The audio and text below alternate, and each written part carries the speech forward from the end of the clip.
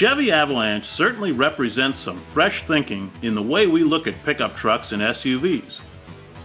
With a full-size front and rear seat passenger area and a short pickup bed that quickly converts to a long bed and front seat only passenger area, it just may be a neat solution to the conflicting needs of many buyers. In normal use, you can think of the Avalanche as a crew cab pickup with a short covered bed, but for those times when you need to carry long bulky items and no rear seat passengers, you have a couple of simple options. You can flip the rear seat and front wall of the bed down for long flat items, or you can pop the rear window out too for larger cargo. It's all much simpler and quicker than you might ever imagine. The only problem when the bed is open to full length is that you lose weather and security protection in the cab, since the rear portion is then wide open. In the normal closed configuration, a 3-piece hard cover protects your cargo in the bed. The panels remove easily and are sealed against the elements.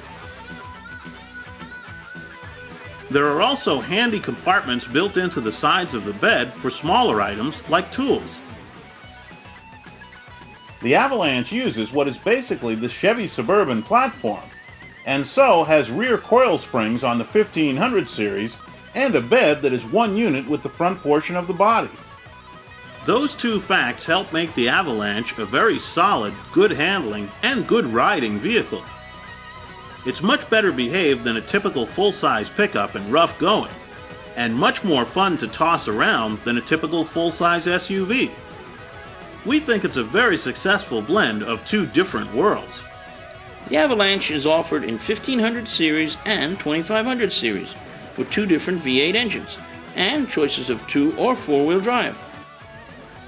We tested two 4-wheel drive models, a 1500 powered by the 5.3-liter V8 putting out 285 horsepower and 325 pound-feet of torque, and a 2500 with the 8.1-liter V8 generating 340 horsepower and 455 pound-feet of torque.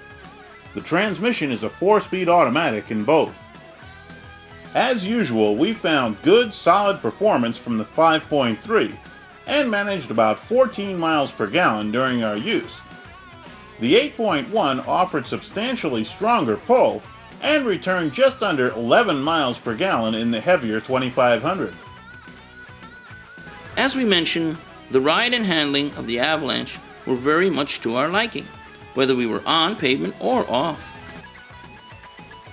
The rear leaf springs on the 2500 model contributed to a harsher ride and a less sporting handling feel in the heavier duty version, but it's still more than acceptable.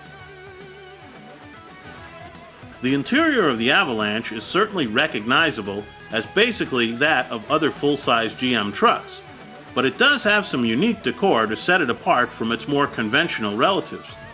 We found the front and rear seat areas to be comfortable and spacious, and with all the expected comfort and convenience items, including OnStar. Outside, we found things that we like very much, like daytime running lights, fog lights, automatic headlights, heated power mirrors, and wet arm windshield wipers. In addition to the standard equipment and normal options, we also checked out some special items available as GM accessories.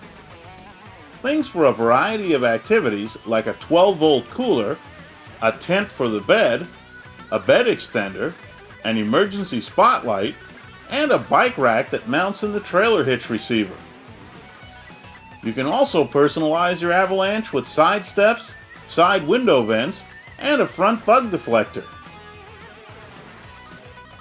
Our 1500 Avalanche had a base price of $33,245 and an as-tested total of $36,568. We were very impressed with the Avalanche's clever design, solid structure, and enjoyable driving dynamics. I have to admit that before we tried it, we thought it was going to be a bit too gimmicky for our tastes. But guess what? It works, and it works very well.